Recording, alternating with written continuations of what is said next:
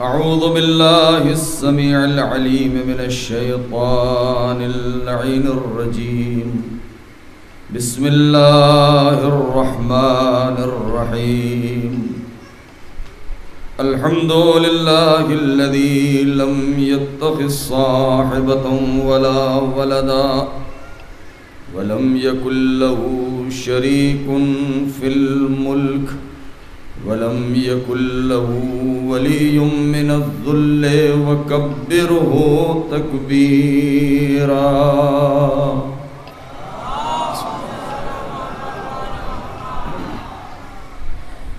والصلاة والسلام والتحية والإكرام على النبي الأمي المكي المدني القرشي الهاشمي الأبتعي سيدنا ومولانا ومقتدانا وهادينا أبي القاسم محمد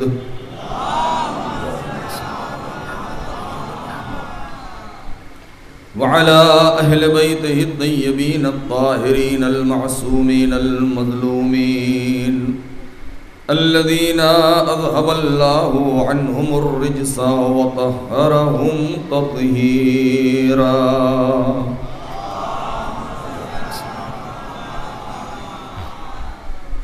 سلام على آل طه وياسين ولعنة الله على أعدائهم أجمعين من الآن إلى يوم الدين. أما بعد، فقد قال سيدنا ومولانا سيد الشهداء حسين بن علي عليهما السلام: بسم الله الرحمن الرحيم. إني لم أخرج أشرا ولا بطرا ولا مفسدا ولا ظالما، إنما خرجت لطلب الإصلاح في أمة جدي، أريد أن آمر بالمعروف وأنهى عن المنكر وأسير بصيرة جدي وأبي علي بن أبي طالب. صلوات پڑھیں پر محمد و آل محمد. عزیزان محترم، سامعین کرام، سرکار سید الشہداء حضرت ابا عبداللہ الحسین علیہ السلام کہ یہ مشہور و معروف فقرہ، آپ کا یہ وصیت نامہ جس کو سرنامہ کلام قرار دیا ہے، مسلسل مختلف خطبہ اور ذاکرین سے آپ اس کے بارے میں سنتے آئے ہیں اور آئندہ بھی سنتے رہیں گے، جس میں حسین ابن علی نے اپنے قیام، اپنے خروج کا مقصد بیان کیا ہے کہ ہم مدینہ چھوڑ کے کیوں جا رہے ہیں، مدینہ سے نکلنے کا سبب کیا ہے، اس کا راز کیا ہے، ہمارا ہدف کیا ہے، ہمارا مقصد کیا ہے، اور کھل کے اس بات کو بیان کیا ہے. ابتدا سے انتہا تک یہ پورا وصیت نامہ کل میں نے آپ کے سامنے پڑھا تھا. آج اس کا صرف یہی ایک فقرہ کہ اپنے بھائی محمد حنفیہ سے آپ یہ فرما رہے ہیں.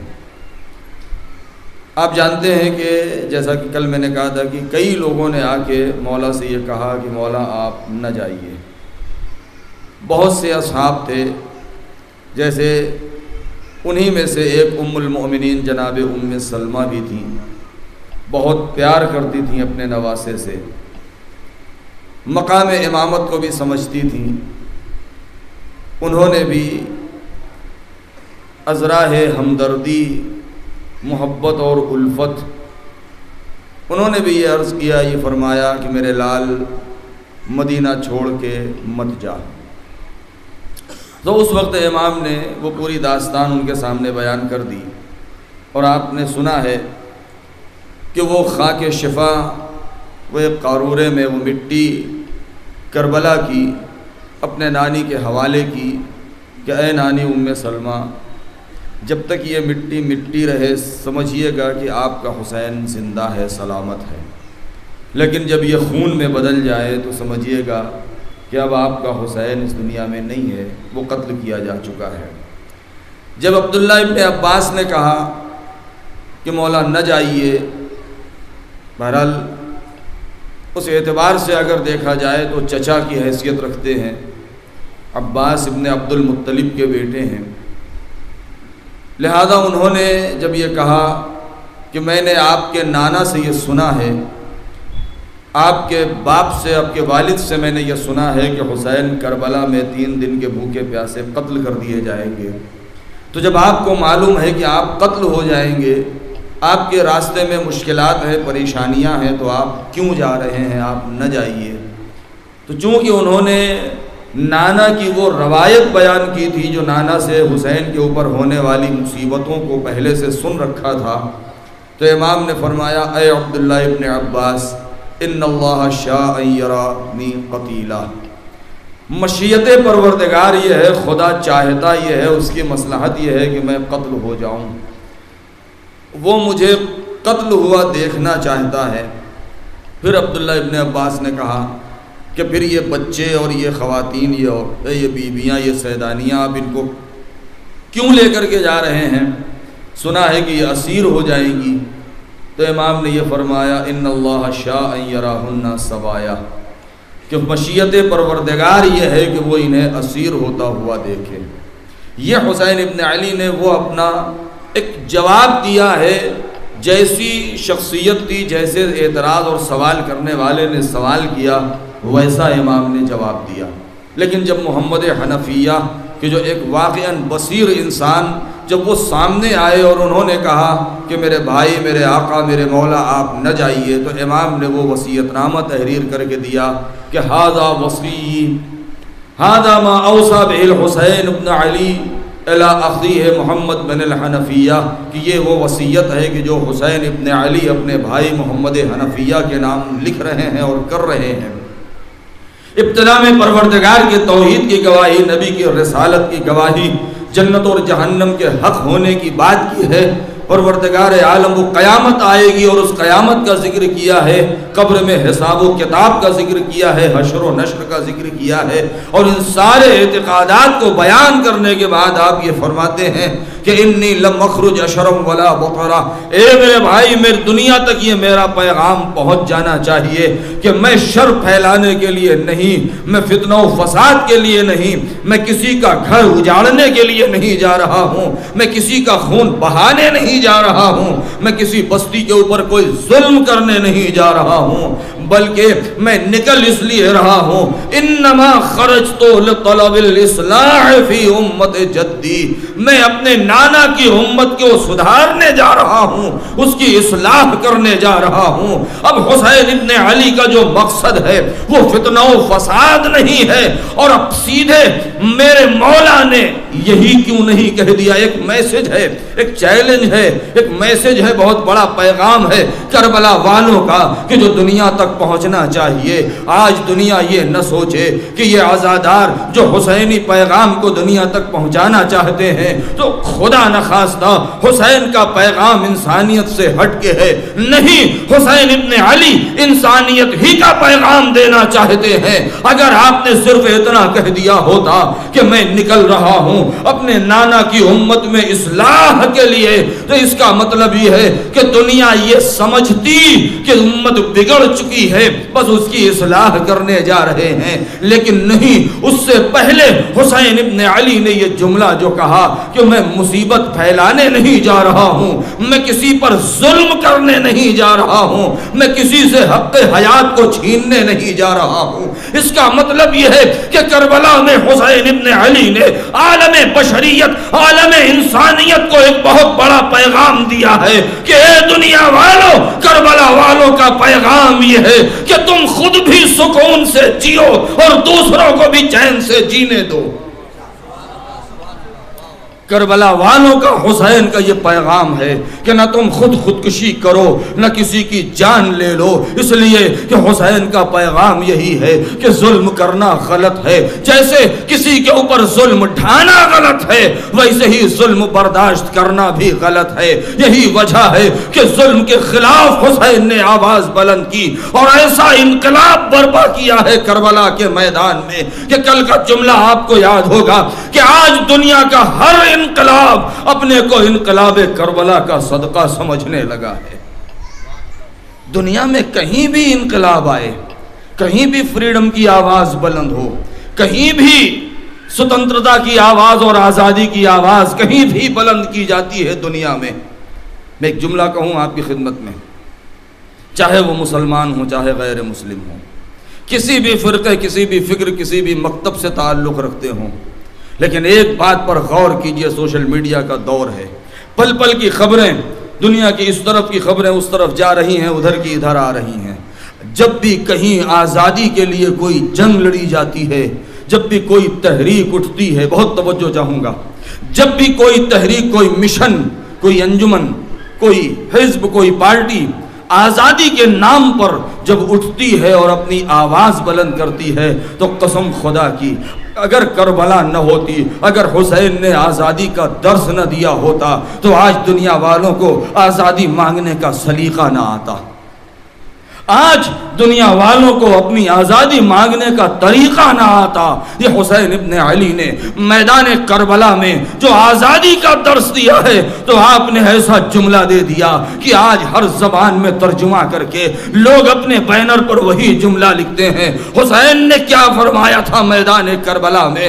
الا ان الدعی ابن الدعی قد رکضنی بین اثنتین۔ اس عبید اللہ ابن زیاد نے، اس یزید ابن معاویہ نے، اس حاکم شام نے، اس ابن زیاد نے مجھے ایک ایسے دو راہے پر لا کے کھڑا کر دیا ہے، بین اثنتین، بین الذلۃ والذلہ، یا تو میں تلوار لے کر کے میدان میں آ جاؤں اور یا ذلت میں اپنا سر جھکا دوں۔ پھر حسین کہتے ہیں کہ ہیہات من الذلہ، کہ ذلت ہم سے بہت دور ہے، یعنی گلا تو کٹ سکتا ہے مگر ہمارا ذلت سے سر نہیں جھک سکتا۔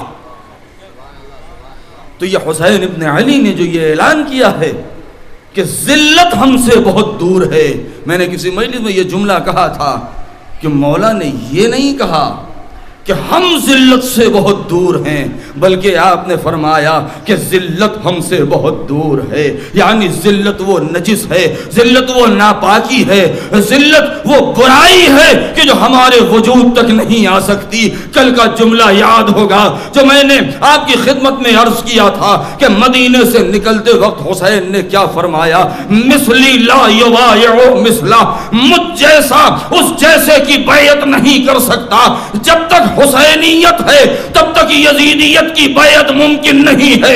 ہر حسینی یزیدیت سے دور رہے گا نہیں، ہر یزیدی حسین سے دور رہے گا، حسینیت سے دور رہے گا۔ جب حسینیت اپنے کمال کو پہنچے گی اور ہم اس قابل ہو جائیں گے کہ ہمیں حسینی کہا جائے تو حسین ابن علی کا وہ جملہ کہ پھر ہمیں ذلت سے دور جانے کی ضرورت نہیں، خود ذلت ہم سے دور بھاگتی نظر آئے گی۔ صلوات پڑھیں بر محمد و آل محمد۔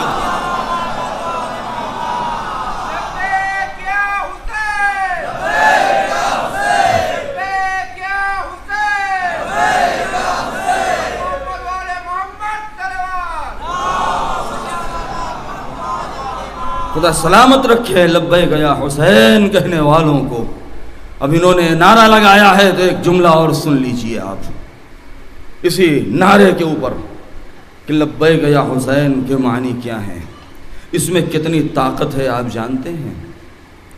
صرف زبان سے ہم کہہ دیتے ہیں، لیکن حقیقت میں اگر لبیک یا حسین کی طاقت کو سمجھنا ہے تو اس چیز سے سمجھیں آخر وجہ کیا ہے کہ اتنے 100 سال گزر چکے ہیں، 1500 سال تقریباً گزرنے ہونے والے ہیں واقعہ کربلا کو، لیکن تب سے کربلا والوں کی آواز کو دبانے کی کوشش کی جا رہی ہے، مسائل کربلا میں تحریف کرنے کی کوشش کی جا رہی ہے، فضائل کربلا کو دبانے اور مٹانے کی کوشش کی جا رہی ہے۔ آخر وجہ کیا ہے؟ ایک طرف بہت توجہ میرے بچوں، میرے نوجوانوں، غور سے سنیں اس چیز کو۔ ہمارے بھائی نے نعرہ لگایا ہے تو اس کے اوپر بھی سن لیجئے کہ اس نعرے میں کتنا دم ہے۔ آپ کو بتاؤں میں کہ آج سے 1500 سال گزر چکے ہیں، تقریباً 1400 سال، 1400 کچھ سال، بلکہ 1400 پورے ہونے والے، سن 61 اور 1461 میں 1400 سال ہوں گے۔ لہذا آپ ذرا غور کریں کہ حسین ابن علی کے ساتھ میدان کربلا میں کتنے لوگ تھے؟ 72 شہداء تھے۔ سامنے کتنا بڑا لشکر تھا؟ سامنے کم سے کم 30,000 کہ جو مورخین نے لکھا ہے 30,000 کا لشکر، 30,000 جو آرمی یزید کی اور ابن زیاد کی جو موجود ہے سامنے، اور اس کے مقابلے میں آئے ہیں صرف 72۔ جملہ یاد رکھیے گا، ائمہ طاہرین کو، حسین ابن علی کو، مولا علی کو، بلکہ میں صرف حسین ابن علی اپنے مولا ہی کی بات کروں، حسین کو بھیڑ کی ضرورت کبھی نہیں رہی۔ بہت توجہ، میرے مولا کو کبھی بھیڑ کی ضرورت نہیں رہی ہے، ہمیشہ انہیں جانثاروں کی ضرورت رہی ہے۔ یہ یاد رکھیے گا، ہمارے مولا کبھی بھیڑ نہیں چاہتے تھے، ورنہ اگر بھیڑ اکٹھا کرنا چاہتے تو 30,000 کے مقابلے میں 30 لاکھ جمع کر لیتے، لیکن کبھی بھی حسین بھیڑ اکٹھا کرنا نہیں چاہتے تھے، اس لیے کہ جو بھیڑ ہوتی ہے، جو مجمع ہوتا ہے، اس میں ہر طریقے کے لوگ ہوتے ہیں، وہ سرکاری مجمع اور ہوتا ہے اور مولا کا خاص مجمع اور ہوتا ہے۔ بہت توجہ، حسین ابن علی نے صرف 72 ساتھی اکٹھا کیے ہیں۔ اس لبیک یا حسین کو جواب سنیے گا کہ اس میں کتنا دم ہے۔ ایک طرف نقارہ جنگ بج رہا ہے، ایک طرف طبل بجایا جا رہا ہے۔ مدینے سے جب حسین ابن علی نکلے ہیں تبھی سے یہ یزیدی دستگاہ اور جو گورنمنٹ تھی، جو یزید، جو آتنکواد تھا، جو دہشت گرد یزید سب سے بڑا دنیا کا جو ابھرا تھا، کہ جس نے انسانیت کو پامال کرنے کا قصد کیا تھا، کہ اس نے سب سے پہلا جو پروپیگنڈا شروع کیا ہے، جو پرچار شروع کیا ہے، وہ کیا ہے کہ حسین ایک باغی ہیں۔ بہت توجہ، اب اسی کے اوپر پوری مجلس آپ سن لیجئے، اور وہ نعرہ جو لگا اس کے اوپر بھی آپ سن لیجئے تاکہ ہمیں اور آپ کو اندازہ ہو۔ ایک صلوات پڑھیں بر محمد و آل محمد۔ تبھی سے یہ پروپیگنڈا شروع ہوا ہے حکومت کا کہ یہ جو نکل رہے ہیں یہ باغی ہیں، یہ خروج کر رہے ہیں حاکم کے خلاف، خلیفہ کے خلاف۔ اب ذرا سوچیں کہ جو سادہ لوگ ہیں، جو کچھ نہیں سمجھتے ہیں، جو پولیٹکس میں نہیں ہیں، جو نہیں جانتے ہیں، جو سیاست کو نہیں جانتے ہیں، جو گندی سیاست کو نہیں جانتے، جو یزید کی مکاری کو نہیں جانتے، جو اس کے باپ کی مکاری کو نہیں جانتے، اکثر لوگ مدینے میں، مکے میں، کوفے میں، شام میں، یمن میں، بصرہ میں، حتیٰ کہ افریقہ کے اردن اور سوڈان کے علاقے تک، جہاں جہاں یہ خبر پہنچی ہے، روم تک، فارس، عجم تک، ایران تک، جہاں جہاں یہ خبر پہنچ رہی ہے، لوگوں کے ذہن میں کیا بات آ رہی ہے کہ ہاں وہ حاکم ہے اور حاکم کے خلاف ایک انسان نے خروج کیا ہے۔ بہت توجہ چاہوں گا میں، اس کے اوپر سنیے، آپ کو ایک نتیجہ ملے گا۔ مگر ایک چیز ہے، آپ یاد رکھیے گا، کل میں نے ایک جملہ کہا تھا نا کہ جناب زینب نے بھرے دربار میں قسم کھائی تھی، واللہ یا یزید لا تمحو ذکرنا، اے یزید خدا کی قسم ہمارا ذکر کبھی مٹ نہیں سکتا۔ اور یہ زینب کی قسم آج بھی زندہ ہے اور قیامت تک زندہ رہے گی۔ نہ آج تک نام مٹا ہے کربلا کا اور کربلا والوں کا، نہ قیامت تک مٹے گا۔ کل اگر 10 لوگ مسجد میں ہوتے تھے، مجلس میں، تو آج 10 لوگ ایک ساتھ حسین کا نام لے رہے ہیں۔ بہت توجہ، مجھے دو باتیں بیان کرنی ہیں ابھی، میں کچھ اور بیان کر رہا تھا لیکن چونکہ بہرحال درمیان میں ایک بات آ گئی ہے، تو ایک تو یہ اور دوسرا وہ نعرہ، لہذا پروپیگنڈا شروع ہوا۔ ہم اور آپ اپنے ملک میں دیکھتے ہیں، دوسرے ملکوں میں بھی، کہ جب کوئی بھی انجمن، کوئی بھی ٹیم، کوئی بھی پارٹی، کوئی بھی گروہ جب اپنی آزادی کے لیے، حق کے لیے، اپنے حق کے لیے، اپنے حق کے ڈیفنس اور دفاع کے لیے، اپنی مانگ پوری کرنے کے لیے جب کوئی ریلی نکالتا ہے، بہت توجہ، تو اس کے دو رخ ہوتے ہیں۔ جو ریلی نکالتا ہے، جو روڈ پہ آتا ہے، جو پروٹیسٹ کرتا ہے، وہ کہتا ہے کہ ہمارا رائٹ ہے، یہ ہمارا حق ہے، یہ ہم اپنی مانگ پوری کرنا چاہتے ہیں، مانگ پوری کروانا چاہتے ہیں حکومت سے، ہمیں پرمیشن ملا ہوا ہے، سنویدھان میں یہ قانون موجود ہے کہ ہم اپنے اعتبار سے ہم حکومت کے سامنے اپنی بات رکھیں۔ مگر دوسری طرف حکومت جب اس کو کچلنا چاہتی ہے تو کہتی ہے کہ یہ بغاوت ہے، یہ باغی ہیں۔ بہت توجہ، یہ دو نام ایک ساتھ لیے جاتے ہیں، سارے پیپر میں، سارے نیوز میں، سارے چینل پر یہ دو باتیں چلتی ہیں۔ ایک طرف جب اس انقلاب والے سے سوال کیا جاتا ہے تو وہ کہتا ہے کہ یہ ہمارا مشن ہے، یہ ہماری تحریک ہے، یہ ہمارا انقلاب ہے، ہم اسے کامیاب کر کے رہیں گے۔ اور جب حکومت کے لوگوں سے، سرکاری لوگوں سے انٹرویو ہوتا ہے تو وہ مائکروفون کے سامنے، میڈیا کے سامنے بولتے ہیں کہ یہ غلط ہیں، انہوں نے بغاوت کی ہے، لہذا ان کی بغاوت کو حکومت نے کچل دیا ہے۔ یہ دور چلتا رہتا ہے، مہینہ، 2 مہینہ، سال، 2 سال، 10 سال، لیکن یہ اسی طریقے سے حکومت بغاوت کہتی رہتی ہے اور وہ پارٹی انقلاب کا نام دیتی رہتی ہے اور قیام کا نام دیتی ہے۔ مگر جب کبھی یہی انقلاب کامیاب ہو جاتا ہے، جب اس کو کچل دیا جاتا ہے تو حکومت کہتی ہے کہ ہم نے بغاوت کو کچل دیا ہے۔ لیکن جب یہ پارٹی جیت جاتی ہے تو اعلان ہوتا ہے کہ ہمارا انقلاب کامیاب ہو گیا۔ حسین جب مدینے سے نکلے ہیں تو یزید کی حکومت قدم قدم پر یہ اعلان کر رہی ہے کہ یہ باغی گروہ ہے جس نے حکومت کے خلاف آواز بلند کی ہے۔ یزید نے لشکر کشی کی ہے۔ کربلا میں جب حسین شہید ہو گئے تو کربلا سے کوفے سے شام تک، بہت توجہ چاہتا ہوں، میری محنت رائگاں نہ ہوئے میرے بچوں، میرے جوانوں، کربلا سے کوفے تک اور کوفے سے شام تک یہ قافلہ پیچھے پیچھے لٹا ہوا قافلہ چل رہا ہے۔ آگے آگے منادی ہے کہ جو ڈھول بجا بجا کے اس بات کا اعلان کر رہا ہے کہ یہ باغیوں کا گروہ ہے۔ حاکم وقت نے ان کی بغاوت کو کچل دیا ہے، ان کے مردوں کو قتل کر دیا ہے، حاکم جیت گیا ہے، ان کی بغاوت ٹوٹ گئی ہے اور کچلی جا چکی ہے، پسپا ہو گئی ہے، ان کو تتر بتر کر دیا گیا ہے۔ اور یہ آگے آگے کوفے میں بھی یہی اعلان، یہاں تک کہ یہ قافلہ شام پہنچا، شام کے بازار میں بھی یہی اعلان ہو رہا ہے، یہاں تک کہ یہ قافلہ دربار شام میں پہنچ چکا ہے۔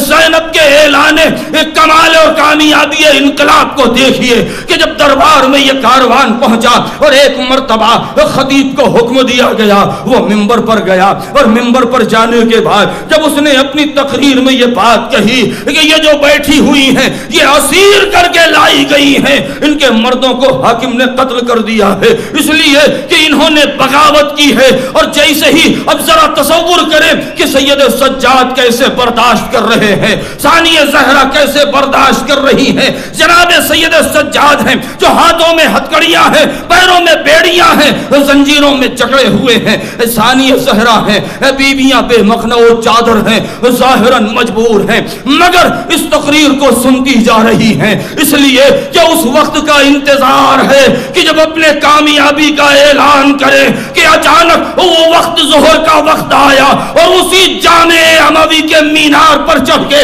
جب مؤذن نے ایک مرتبہ اذان کی آواز بلند کی ہے تو اب زینب کی آواز کھل رہی ہے، او یزید تو سمجھ رہا تھا ہمارا سب کچھ ختم کر دیا، ہم اعلان کر رہے ہیں ہمارا سب کچھ بچ گیا، تیری ہی مملکت میں، تیرے ہی مسجد سے میرے نانا کا نام، میری بغاوت کچلی نہیں گئی، ہمارا انقلاب کامیاب ہو گیا۔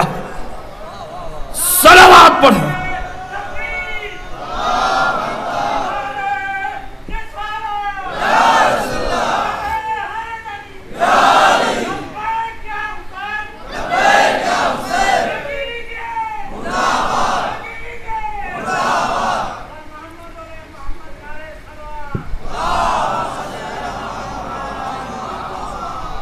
سوچئے سب کچھ یزید نے کیا سوچا تھا کہ سجدہ حسین کے آخری سجدے پر ختم، سجدے نے حسین کے آخری سجدے پر دم توڑ دیا. اذان علی اکبر پر اذان کی آواز دب گئی، لیکن نہیں، حسین نماز ظہر، نماز عصر، مصلی عبادت سمٹ جائے گا، لپیٹ دیا جائے گا، بساط انسانیت سمیٹ دی جائے گی.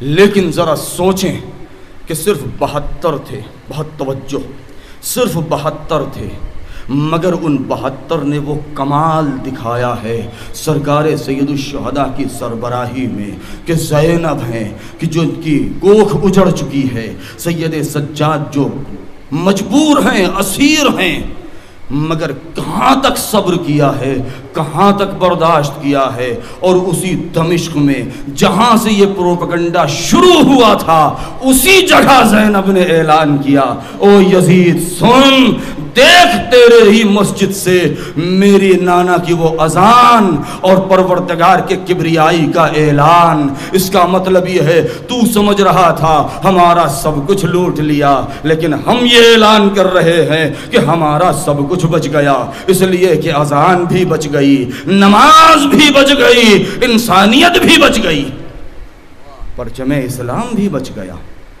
نہیں، جملہ آگے کی سنیے، یہ ایک دوسرا کہ لبیک یا حسین کی طاقت کو سنیے. یہ 1400 سال سے لے کر کے آج تک یہ ہمارے مجلسوں پر حملہ کیوں ہے؟ اس کے اوپر فتووں کی بوچھار کیوں ہے؟ اس کو برا بھلا کیوں کہا جاتا ہے؟ بہت توجہ چاہتا ہوں میں تاکہ وہ بات آپ سمجھ جائیں میرے بچے. آخر یہ اختلاف ڈالنے کی کوشش کیوں ہے؟ معلوم ہے کیا ہے؟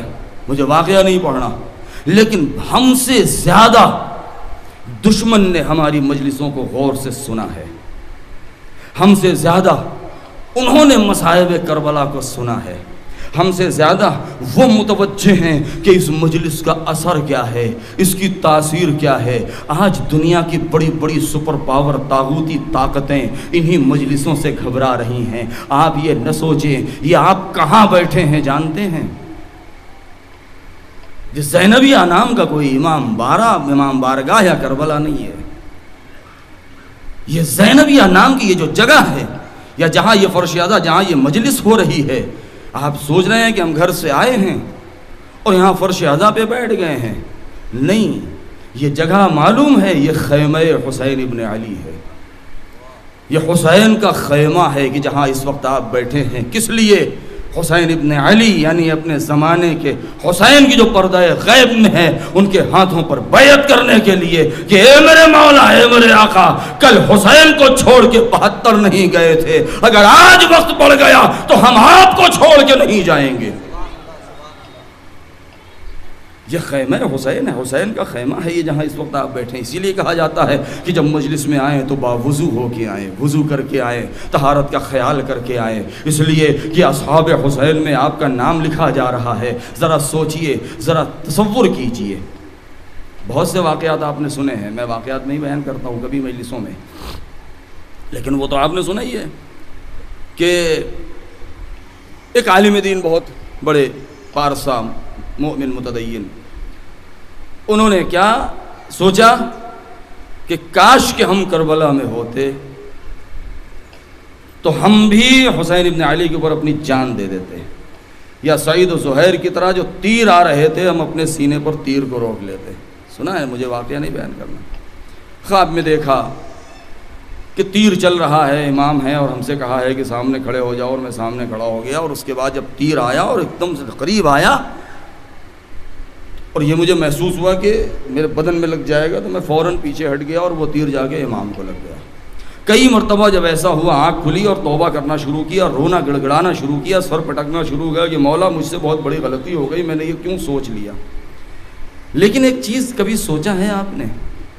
میرے بزرگوں، میرے بچوں، میرے جوانوں، میرے بھائیوں، سنیے، کتنے کریم ہیں ہمارے امام، کتنے مہربان ہیں ہمارے امام. ہمیں بھی معلوم ہے کہ اگر ہم کربلا میں ہوتے یا اگر آج کربلا ہو جائے تو شاید ہم ان 72 کا مقابلہ نہیں کر سکتے، ان کے برابر ہم کبھی ان کی برابری کر ہی نہیں سکتے۔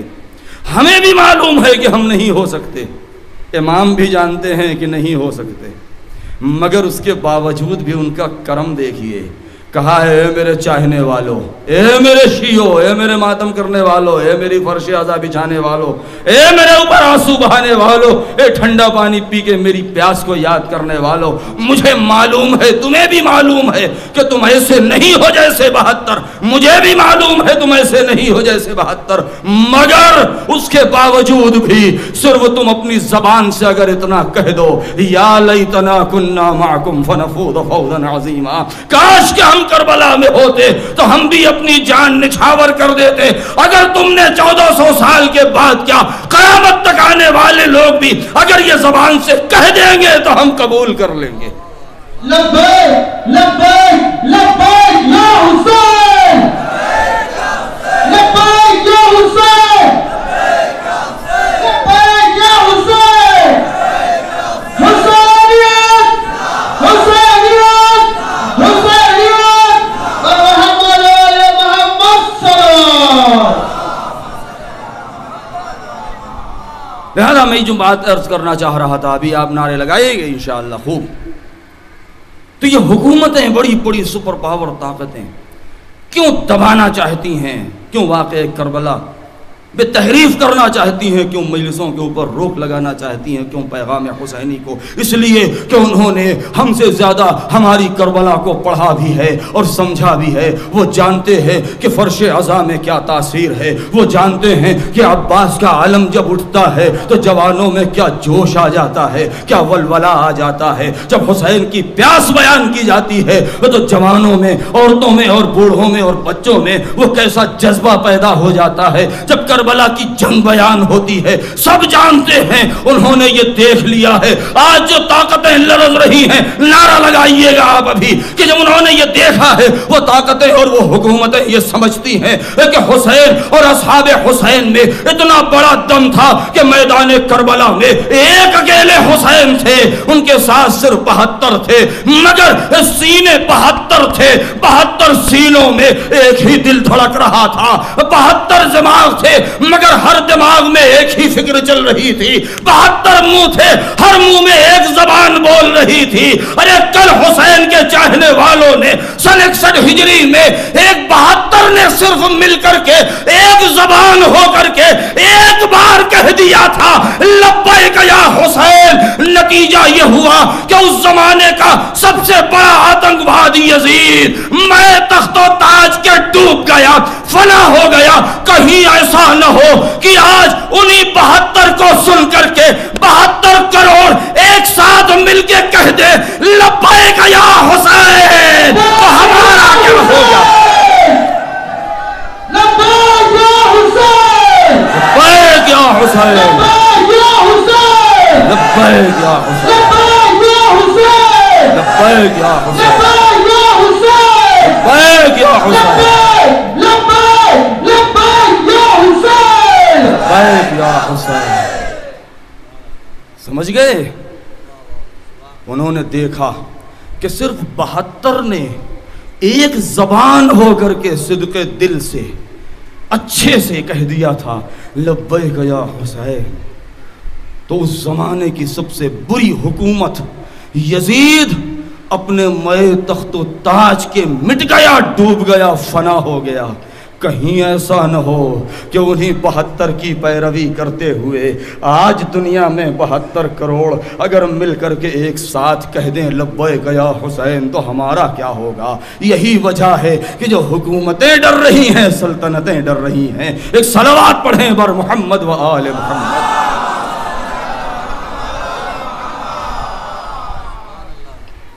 لہذا ضرورت ہے اس بات کی کہ آج حسینیوں کے درمیان وہ اتحاد ہو، وہ یونٹی ہو کہ جو کربلا میں تھی۔ حسین کا پیغام، ان کا میسج کسی ایک قوم کے لیے نہیں ہے، مسلمانوں کے لیے نہیں ہے، ہر قوم کے لیے ہے۔ جیسا کہ امیر المومنین علیہ السلام نے جب جناب مالک اشتر کو مصر بھیجا، وہ جا رہے تھے، راستے میں شہید ہو گئے، تو جو ان کو وہ حکومت کے جو رولز، جو قانون لکھ کر کے دیا کہ جو عہد نامہ مالک اشتر کے نام سے نہج البلاغہ میں موجود ہے، تو امیر المومنین نے ایک جملہ اس میں موجود ہے، اے مالک، اے مالک۔ جناب مالک اشتر نخعی، آپ جانتے ہیں نا ان کی فضیلت کیا ہے۔ امیر المومنین نے بہت بڑی بات کہہ دی ہے، انہوں نے کیا کہا، مالک میرے لیے ویسے ہیں جیسے میں رسول کے لیے تھا۔ ذرا سوچیں، کہ اے مالک، جہاں تم جا رہے ہو، جس ملک میں تم جا رہے ہو، میرے نمائندے بن کے، میرے گورنر بن کے حکومت کے لیے، وہاں یاد رکھنا الناس صنفان، یاد رکھنا لوگ دو طریقے کے ہیں، اما اخ لک فی الدین او نذیر لک فی الخلق۔ ایسا نہ ہو کہ تم صرف اسلام کا ڈنڈا لے کر کے وہاں سب کو ہانکنے لگنا، نہ، ہرگز نہیں۔ وہاں مسلمان بھی ہیں، غیر مسلمان بھی ہیں، مسلم بھی ہیں، نان مسلم بھی ہیں، مختلف فرقے کے لوگ ہیں، لہذا خبردار کسی کے اوپر ظلم نہیں ہونا چاہیے، خبردار کسی کے اوپر زیادتی نہیں ہونا چاہیے، تمہاری حکومت میں کسی کو پریشانی نہیں ہونا چاہیے۔ یا تو اما اخ لک فی الدین، یا تو دین میں تمہارے بھائی ہیں، تم مسلمان ہو وہ بھی مسلمان ہیں، اور نذیر لک فی الخلق، یا تمہارے جیسے انسان ہیں، تم انسان ہو وہ بھی انسان ہیں۔ لہذا علی کبھی بھی تمہیں اس عنوان سے حاکم بنا کے نہیں بھیج رہا ہے کہ تم حاکم اسلامی بن کے جاؤ اور دوسروں کے اوپر ظلم ہو، نہیں، تم ایک اچھے انسان بن کے جاؤ تاکہ انسانوں کے اوپر عدالت کی حکومت ہو سکے۔ یہ امیر المؤمنین کا طرز حکومت تھا۔ حسین ابن علی نے میدان کربلا میں اعلان کیا، یا شیعۃ آل ابی سفیان ان لم یکن لکم دین فکونوا احرارا فی دنیاکم۔ اے ابو سفیان کی اولاد کے ماننے والوں، اگر تمہارے پاس کوئی دین نہیں ہے، یہ نہیں کہا کہ اگر تم مسلمان نہیں ہو، نہیں، مسلمان اصلاً اسلام کا نام ہی نہیں لیا ہے۔ ان لم یکن لکم دین، اگر تمہارے پاس کوئی دھرم نہیں ہے، اگر تمہارے پاس کوئی دین نہیں ہے، بے دین ہو، بے دھرم ہو، تو کم سے کم اپنی دنیا میں آزاد بن کے رہو۔ کیوں؟ امام جانتے تھے کہ یہ سامنے 30,000 کا جو لشکر ہے، یہ سب کے سب کیوں آیا ہے۔ کتنے ایسے تھے کہ جو جانتے ہی نہیں تھے کہ حق کدھر ہے، ان کو بہکایا گیا تھا، بے وقوف بنایا گیا تھا، احمق تھے، لالچ دے کر کے زبردستی ان کے گھر والوں کو اغوا کر لیا گیا تھا، کڈنیپ کر لیا گیا تھا، مجبوراً ان کو میدان کربلا میں امام کے مقابلے میں بھیجا گیا تھا۔ بہت سے ایسے تھے جو نہیں جانتے تھے، جب ان کے اوپر راز کھلا ہے تو اب ان کے پاس کوئی چارہ نہیں تھا کہ بھاگ کے کہیں جا سکیں۔ بہت سے ایسے افراد بھی تھے اس میں کہ تاریخ نے اس چیز کو لکھا ہے۔ لہذا امام نے کیا فرمایا، اگر تمہارے پاس دین نہیں ہے تو اپنی دنیا میں آزاد بن کے رہو۔ کیوں؟ جب تم آزاد بن کے رہو گے، سبط اکبر کا جملہ کیا ہے امام حسن علیہ السلام کا، عجیب جملہ ہے، وَلَا تَكُنْ عَبْدَ غَيْرَكَ وَقَدْ جَعَلَكَ اللَّهُ حُرًّا۔ خبردار کبھی بھی اپنے کو کسی کا غلام مت سمجھنا، اس لیے کہ خدا نے تمہیں آزاد پیدا کیا ہے۔ جب تمہیں آزاد پیدا کیا ہے تو کسی کا غلام نہ بننا۔ کیوں؟ یہ دونوں بھائیوں نے یہ آزادی کا جو درس دیا ہے، دونوں اماموں نے، وہ کیا مطلب ہے کہ اپنے کو آزاد رکھو۔ کیوں؟ جب تم اپنے کو آزاد رکھو گے، تمہارا جسم آزاد ہوگا، تمہارا ہاتھ پیر آزاد ہوگا۔ جب تمہارا جسم اور ہاتھ پیر آزاد ہوگا تو تمہارا سر آزاد ہوگا۔ جب تمہارا سر آزاد ہوگا تو تمہاری فکر آزاد ہوگی۔ جب تمہاری فکر آزاد ہوگی تو تمہاری زبان آزاد ہوگی۔ جب تمہاری زبان آزاد ہوگی تو اس آزاد زبان سے ہمیشہ انسانیت کے لیے اچھا ہی چاہو گے، کبھی برا نہیں چاہو گے۔ یہ حسین ابن علی کا پیغام ہے میدان کربلا میں۔ بس عزادارو، زیادہ وقت نہیں بچا ہے، کاش کہ اور وقت ہوتا میرے پاس میں تو میں کچھ اور نکات عرض کرتا، میں انشاءاللہ مجالس میں۔ تو کربلا کو اگر ہم سمجھیں تو حسین نے جو نعرہ بلند کیا وہ کیا کہ ہم اس لیے نکل رہے ہیں کہ امت کو سدھاریں، اس میں بگاڑ آ گیا ہے، وہ راہ سے بھٹک گئی ہے۔ اب یہاں پر میں بات چھوڑ دوں تاکہ یہیں سے میں کل شروع کروں۔ میں نے کل بھی یہ سوال رکھا تھا مگر وقت نہیں ہو پایا کہ اس کا میں جواب آپ کے سامنے رکھوں کہ کہ آخر یہ 50 سال میں امت کو کس نے بگاڑ دیا ہے؟ یہ بہت اہم سوال ہے. یہ 50 سال میں امت کو کس نے بگاڑا؟ خود بخود بگڑ گئی ہے؟ خود بخود بگڑ نہیں سکتی. کیوں؟ اس لیے کہ رسول امت کو بے لگام چھوڑ کے نہیں گئے ہیں، بلکہ کسی نہ کسی کو سرپرست نبی بنا کے گئے ہیں. جب سرپرست بنا کے گئے ہیں تو اس کے نگاہوں کے سامنے یہ امت بگڑ کیسے گئی ہے؟ بہرحال یہ سارے مسائل ہیں کہ جو انشاءاللہ بعد میں بیان ہوں گے.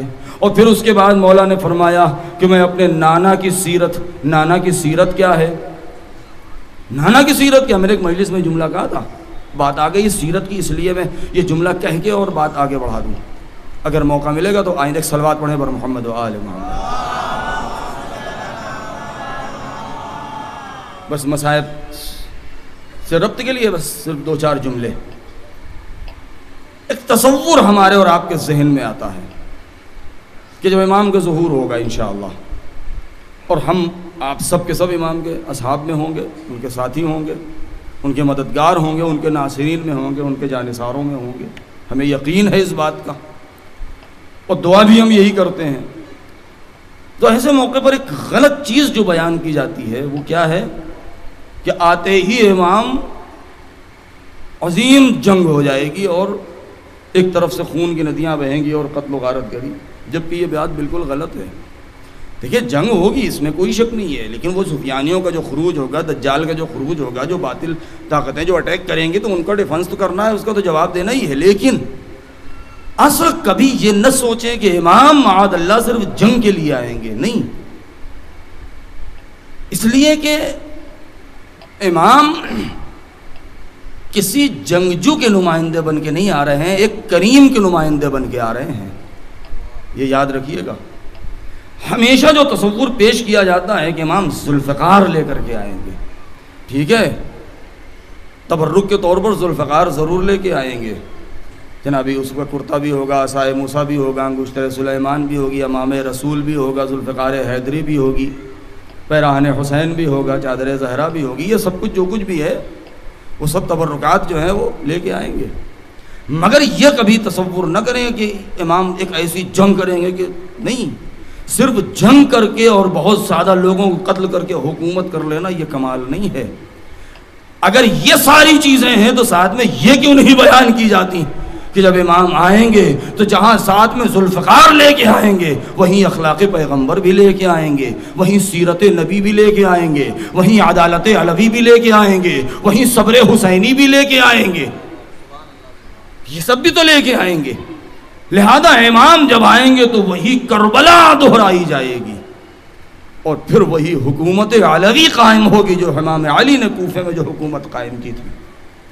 کہ جب مولا علی شہید ہوئے ہیں تو پوری دنیا میں جو شور تھا، کیا علی نہیں گئے، عدالت دنیا سے اٹھ گئی ہے. حسین وہ سیرت قائم کرنے کے لیے اٹھے ہیں. اب ذرا تصور کریں کہ جو نیکیوں کا حکم دینے، برائیوں سے روکنے کے لیے اٹھا تھا، کیا یہ انصاف تھا کہ اسی کے اوپر پانی بند کر دیا جائے؟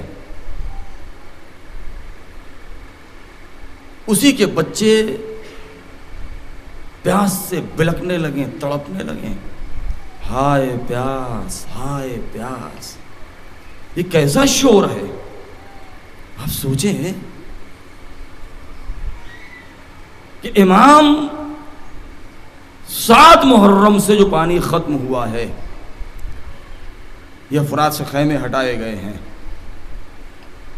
اگر امام عالی مقام اگر چاہتے تو اعجاز کے ذریعے سے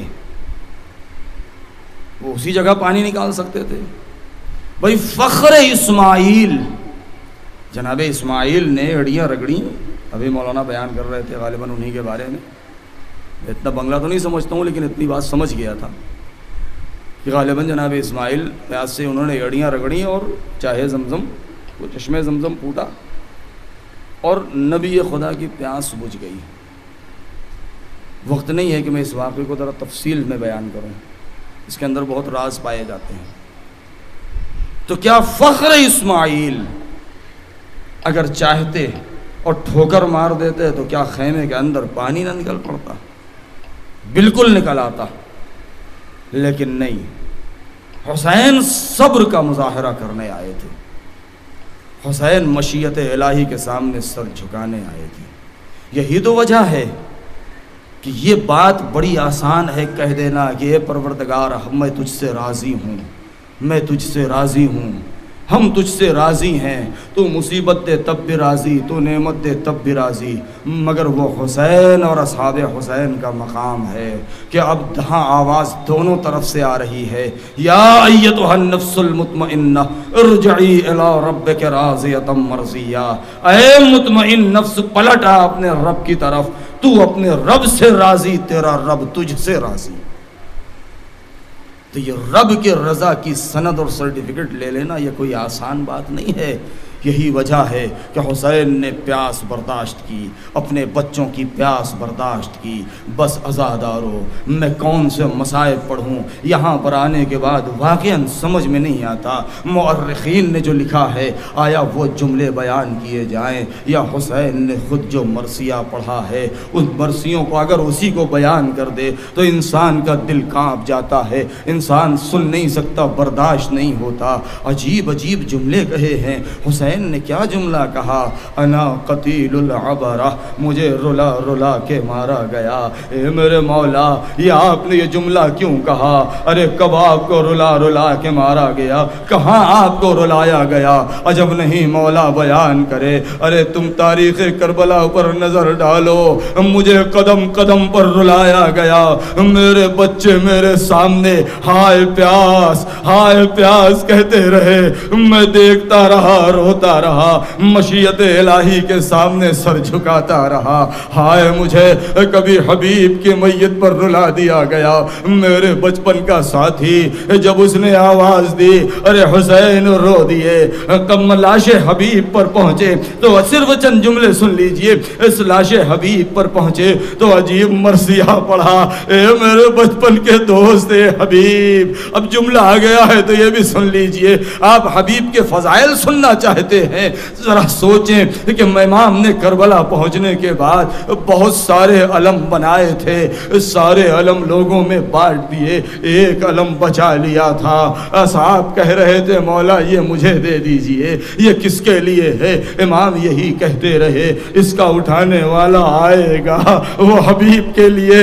شب عاشور امام نے ارے چراغ 3 مرتبہ بجھایا، سب سے کہا چلے جاؤ، حبیب میں اور دوسرے شہداء میں فرق دیکھیے۔ امام سب کو بھیج رہے ہیں مگر حبیب کو خط لکھ کر کے بلا رہے ہیں، اے حبیب ارے چلے آؤ، حسین کو تمہاری ضرورت ہے۔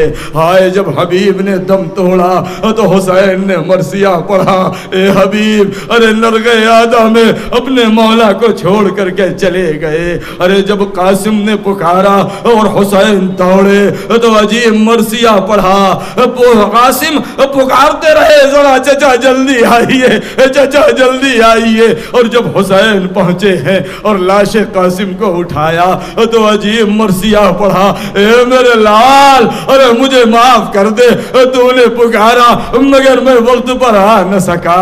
آئے جب جوان بیٹے کی میت پر پہنچے، اکبر نے جب سینے پر برچھی کی ہنی کھائی اور آواز دی اے بابا مدد کو آئیے، اور حسین دوڑے ہیں اور لاش اکبر پر پہنچے ہیں، اکبر کے بالی پر پہنچے، ہاتھ کو سینے سے ہٹایا، آستینوں کو الٹا اور ایک مرتبہ نیزے کی ہنی کھینچی، اکبر نے دم ٹوٹ گیا، آنکھیں پلٹ گئی، من کا ڈھل گیا۔